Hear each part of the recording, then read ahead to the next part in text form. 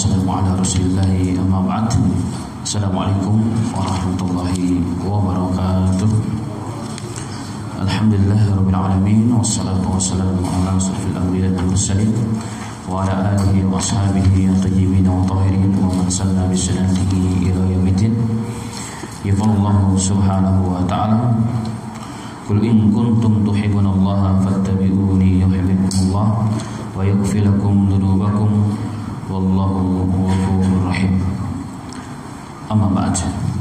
Alhamdulillah ma'asal muslimin wal muslimat yang dirahmati Allah Ta'ala, pada malam yang berbahagia ini kita masih kembali dikumpulkan oleh Allah Ta'ala bersama-sama mengkaji hadis-hadis Nabi Muhammad SAW yang pada bahasan sebelumnya, satu di antara bahasan kita adalah min mu'jizatin Nabi, di antara mukjizat Rasul sallallahu alaihi wasallam, bahwa ternyata Rasul itu digelari sebagai nabi yang ummi.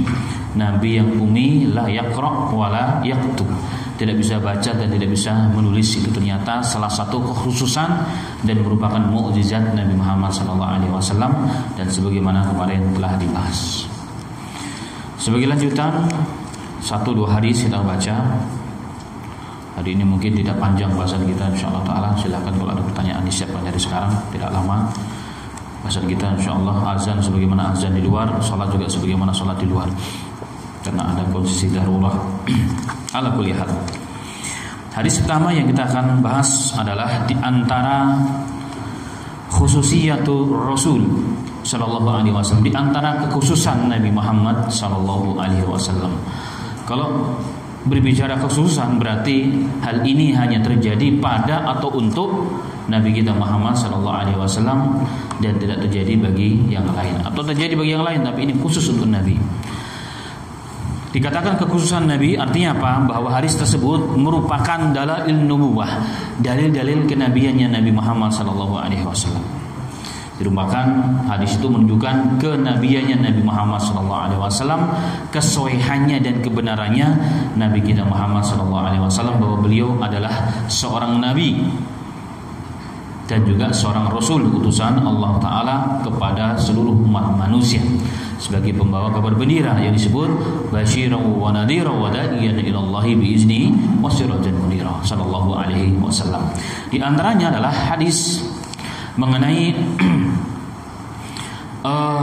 tasbihu al-hasa bi kaffihi al-muqaddasati at-tahirah wa taslimul hajari alaihi. Jadi bertasbihnya hasa, batu kecil ataupun kerikil, ketika berada di tangan sucinya Nabi Muhammad sallallahu alaihi wasallam, dan juga salamnya bebatuan kepada Nabi Muhammad sallallahu alaihi wasallam. Jadi hasa, batu kerikil dan batu besar itu bisa bertasbih dan bisa memberikan salam kepada Nabi Muhammad sallallahu alaihi wasallam. Kita tahu bahwa benda-benda ini menurut kita terkategori benda mati yang tidak bisa bergerak, apalagi berbicara, karena memang tidak punya lisan, tidak punya mulut. Tapi ternyata masyaallah, masyaallah muslimin muslimat, berbicara itu, lisan itu, ketika dia ingin berbicara pun memerlukan apa? Perintah Allah. Tidak semua orang yang punya lisan bisa berbicara. Bahkan yang tidak punya lisan pun dengan kuasa Allah akan bisa berbicara. Dan ini dibenarkan dalam Al-Quran. Makanya nanti ketika manusia dihadapkan di pengadilan Allah Jalla Jalaluhu, di mana yang menjadi saksi itu bukan orang lain yang kita bayar, bukan tetangga kita, bukan istri kita, bukan orang yang kita cintai, yang bukan istri kita, bukan anak kita, bukan murid kita, tapi yang menjadi saksi adalah siapa? Anggota tubuh kita, dan mulut kita akan dikunci oleh Allah sehingga tidak bisa berbicara. Yang berbicara apanya? Kulit. Yang berbicara adalah tangan. Maka ketika tangan kita berbicara kepada Allah, kulit kita berbicara kepada Allah, maka kita akan protes setelah itu. Kenapa Anda berbicara? Wahai kulit, kenapa kamu berbicara? Harusnya kamu gak usah berbicara, melaporkan apa yang pernah kulakukan di hadapan Allah. Jadi kalau kulit sudah menjadi saksi, maka sudah tidak ada kedustaan, sudah tidak ada penipuan, tidak ada manipulasi. Data yang paling autentik bagi seorang manusia adalah anggota tubuhnya. Maka malu kita ma'asyiral muslimin jika tangan ini memegang apa yang diharamkan oleh Allah, kaki ini melangkah ke tempat yang diharamkan oleh Allah, karena ini semua nanti menjadi saksi atas perbuatan dosa kita di hadapan Allah. Kalau kita berbuat dosa dengan tangan, kaki, dengan apa saja, dilihat oleh istri malu tidak? Malu. Dilihat oleh tetangga malu tidak? Malu. Apalagi dilihat oleh Pak RT, Pak RW, apalagi dilihat oleh presiden, oleh seluruh kebanyakan manusia, pasti malu. Dan nanti yang melihat bukan hanya mereka, seluruh manusia, seluruh jin, bahkan Allah Tabaraka wa Ta'ala. Karena itu ini semua sebagai dalil. Jadi kalau ini memungkinkan, jadi di akhirat itu terjadi, di dunia pun sudah terjadi, khusus kepada Nabi kita Muhammad sallallahu alaihi wasallam. Diriwayatkan dari Abu Dzar Al-Ghifari radhiyallahu anhu. Diriwayatkan kepada Abu Dzar Al-Ghifari radhiyallahu anhu pada hadis yang diriwayatkan oleh Imam Ibnu Asim dalam sunahnya dengan sanad yang sahih, diriwayatkan oleh Imam Ibnu Abi Asim. Jadi kita kenal ada kutubus sittah, Bukhari, Muslim, Ibnu Majah. Ternyata masih banyak kitab yang lain kita nggak kenal. Di antaranya siapa? Al-Imam Ibnu Abi Asim. Yang mau belajar, yang monggo, tanpa waktu berat. Dari Abu Dzar Al-Ghifari radhiyallahu anhu, beliau mengatakan, "Intalaqtu altamisu Rasulullah sallallahu alaihi wasallam fi ba'dil hawaidil Madinah." Fi ba'dil hawaidil Madinah fa idza Rasul sallallahu alaihi wasallam qa'idun fa aqbaltu ilayhi fa salamtu.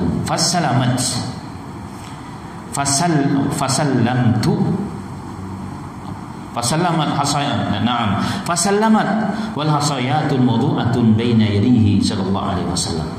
Fa'akhadahunna Rasulullah alaihi wasallam fasabbahna fi yadihi summa wada'ahunna fil ardi fasakatna.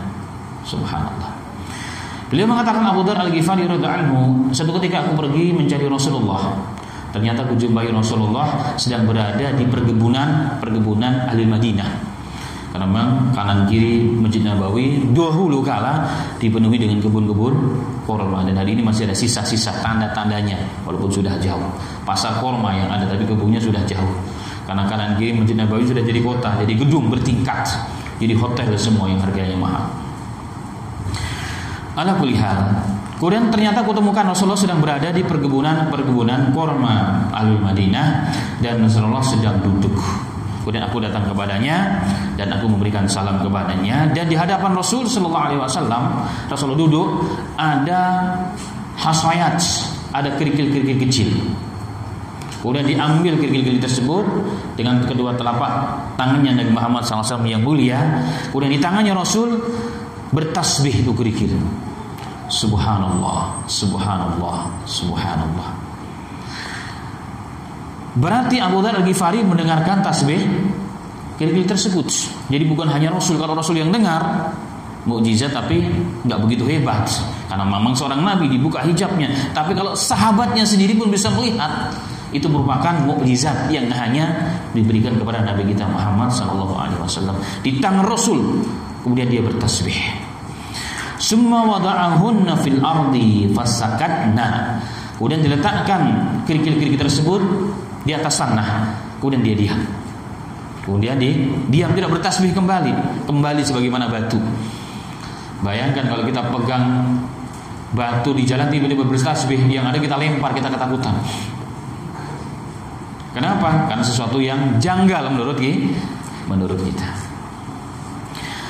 Kemudian Abu Dzar Al-Ghifari radhiyallahu anhu mengatakan, "Summa akhdahunna fa wada'ahunna fi yadi Abi Bakr Siddiq radhiyallahu anhu fasabahna fi yadihi." Kemudian setelah diletakkan di tanah, diambil lagi oleh Abu Bakar As-Siddiq radhiyallahu anhu. Radhiyallahu anhu, dan dia pun kemudian bertasbih juga di tangan Abu Bakar As-Siddiq radhiyallahu anhu. Summa wada'ahunna fil ardi fasakatna. Ketika diletakkan lagi di bumi, maka dia pun kembali diam. Summa akhadahunna fa wada'ahunna fi yadi Umar radhiyallahu anhu fasabahna fi yadihi. Kemudian ketika dipegang, diangkat kembali oleh Umar bin Khattab, diletakkan di tangannya, dia pun kembali bertasbih. Subhanallah, subhanallah, subhanallah. Summa akhadahunna fa wada'ahunna fil ard. Kemudian diambil dan diletakkan lagi ke bumi, dia pun kembali diam. Summa akhadahunna fa wada'ahunna fi yadi Utsman radhiyallahu anhu fasabahna. Kemudian ketika diambil kembali oleh Utsman bin Affan, menantunya Rasul sallallahu alaihi wasallam, dua kali dia kembali bertasbih. Ketika diletakkan di bumi, dia kembali menjadi diam. Dan hadis ini sahih secara sanad hadis. Dan ini semua membuktikan kepada kita tentang kenabiannya Nabi Muhammad SAW. Bahkan pengaruhnya kepada 3 orang sahabat terutama tercintanya Nabi Muhammad SAW.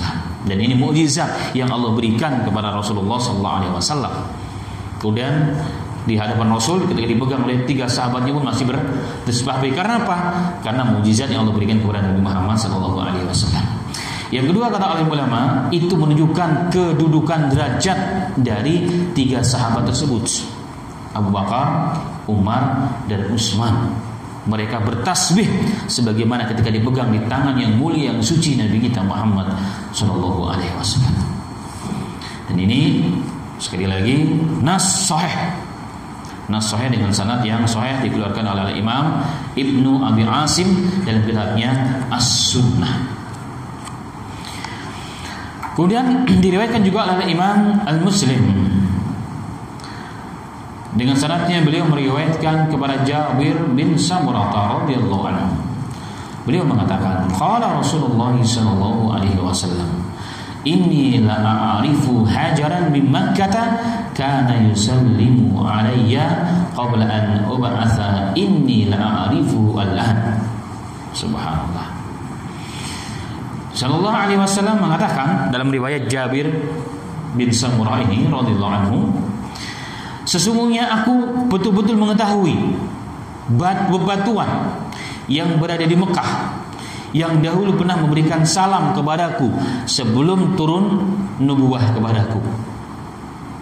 Qabla an ub'ats, sebelum aku diutus sebagai seorang nabi. Inilah a'riful an, dan aku tahu sekarang di mana keberadaannya. Jadi berarti masih ada. Berarti masih ada. Hadis sahih riwayat Muslim. Dan ini juga menunjukkan mukjizat. Tapi mukjizat itu menurut definisi para ulama, mukjizat itu turun kepada nabi dan rasul. Setelah orang itu diangkat menjadi dinubuahkan, dirasulkan oleh Allah Ta'ala, maka apapun yang terjadi padanya, sesuatu yang khilaful adah, yang khilaf dengan kebiasaan manusia, disebut dengan mukjizat dan bukan kepada selain Rasul. Makanya kalau kita bilang, ketika sering kita dengar kalau ada masalah sudah mentok kanan kiri, sudah kita ikhtiar, sudah kita lakukan untuk mukjizat dari Allah. Sebenarnya kalimat mukjizat tersebut, kalau mungkin secara definisi syariat yang benar, nggak benar. Kenapa? Karena mukjizat hanya diturunkan kepada Nabi dan Rasul. Sedangkan kita ini siapa? Berarti secara tidak langsung kita seakan-akan menganggap mendudukkan diri kita ini sama dengan Rasul. Walaupun mungkin secara makna umumnya yang dimaksud mukjizat di situ adalah apa? Keunikan, keanehan, maksudnya begitu. Jadi tidak ada seorang pun yang mengatakan nunggu mukjizat dari Allah, bukan berarti dia sebenarnya mengaku diri sebagai sama dengan Rasul berdurkannya, tapi dia hanya berharap dengan kalimat tersebut datang sesuatu yang di luar kebiasaan. Yang berlaku adalah qudrat Allah, bukan sunatullah. Kalau sunatullah artinya apa? Sesuatu yang ada, yang umum. Tapi kalau qudratullah sesuatu yang khilaf dengan kebiasaan. Ini yang diharapkan maksudnya. Walaupun tetapi bagi kita yang sudah belajar harus diluruskan. Jadi lebih dekat kepada makna karomah sebenarnya. Ada karomah, ada mukjizat, dan juga ada sihir. Karomah dan mukjizat dari Allah. Bedanya mukjizat untuk Rasul dan Nabi.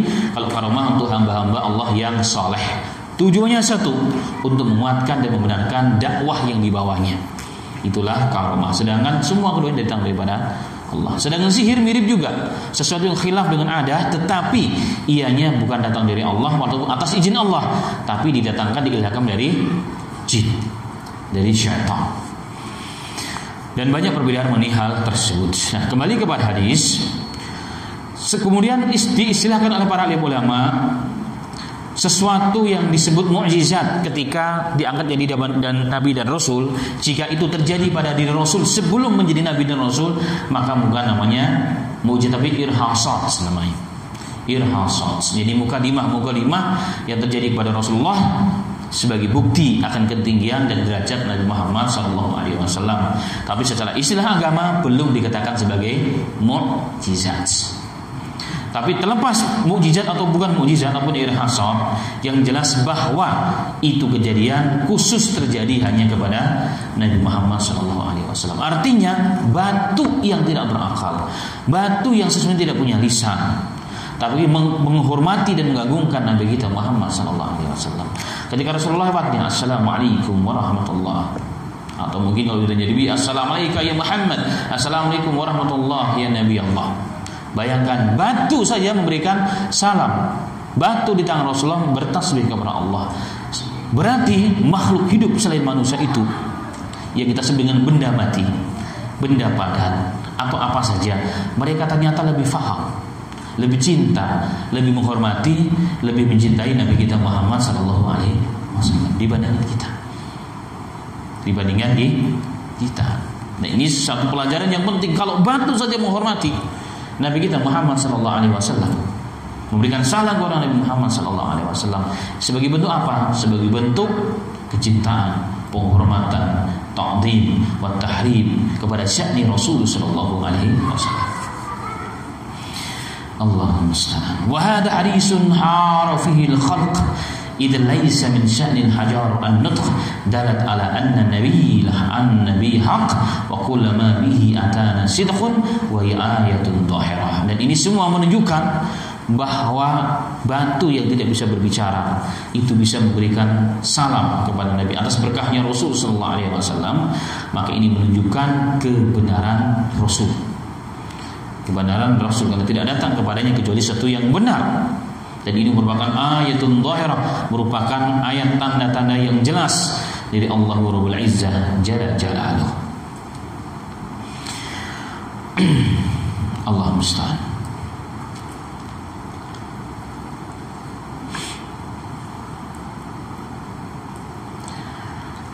Kemudian ma'asyiral muslimin rahimani wa rahimakumullah,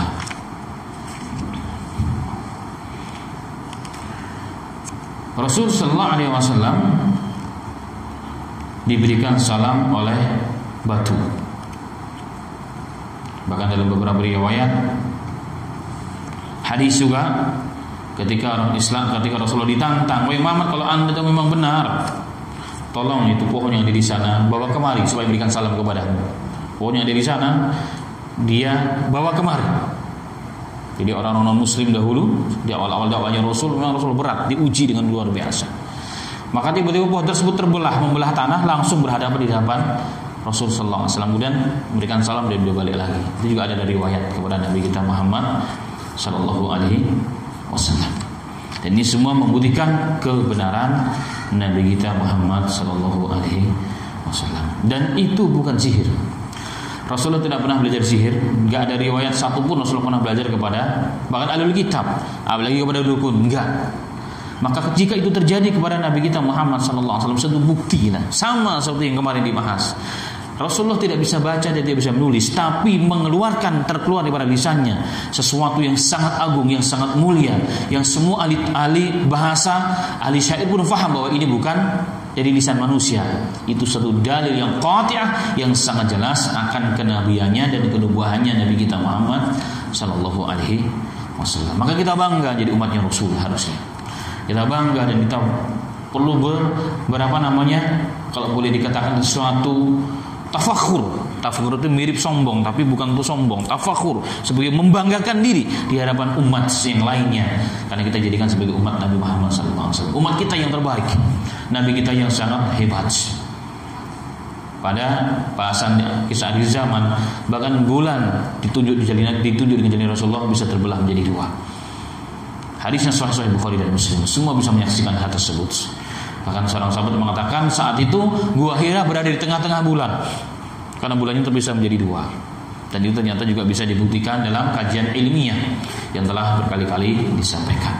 Dan ini semua membuktikan atas kebenaran Nabi kita Muhammad sallallahu alaihi wasallam. Makanya kita mempelajari di antara kekhususan, di antara juga mukjizatnya Rasul. Agar apa maksudnya? Agar kita semakin cinta kepada diri dan zatnya Rasul sallallahu alaihi wasallam. Karena dengan cinta tersebut, dengan ma'rifatu Rasul dengan benar, akan menumbuhkan rasa cinta kepada Nabi kita. Kalau ada rasa cinta, rasa bangga, kekuatan, keinginan untuk bisa mengamalkan sunnah-sunnahnya. Karena sesungguhnya tanda cinta yang benar bukan hanya banyak memujinya saja. Memuji harus, tapi bukan hanya banyak memujinya saja, tapi lebih dari itu adalah mengaplikasikan seluruh perintahnya dalam kehidupan kita sehari-hari. Itu yang kita inginkan, itu yang kita ingin hidupkan kembali pada diri dan pada generasi umat Muslim hari ini. Supaya apa? Supaya sunnah menjadi kebanggaan bagi kita semua. Wafaqan wa iyyakum. Baik, itu hadis yang kita baca pada malam hari ini. Dan masih banyak sekali mukjizat-mukjizat Rasul yang dengan hadis-hadis yang sahih.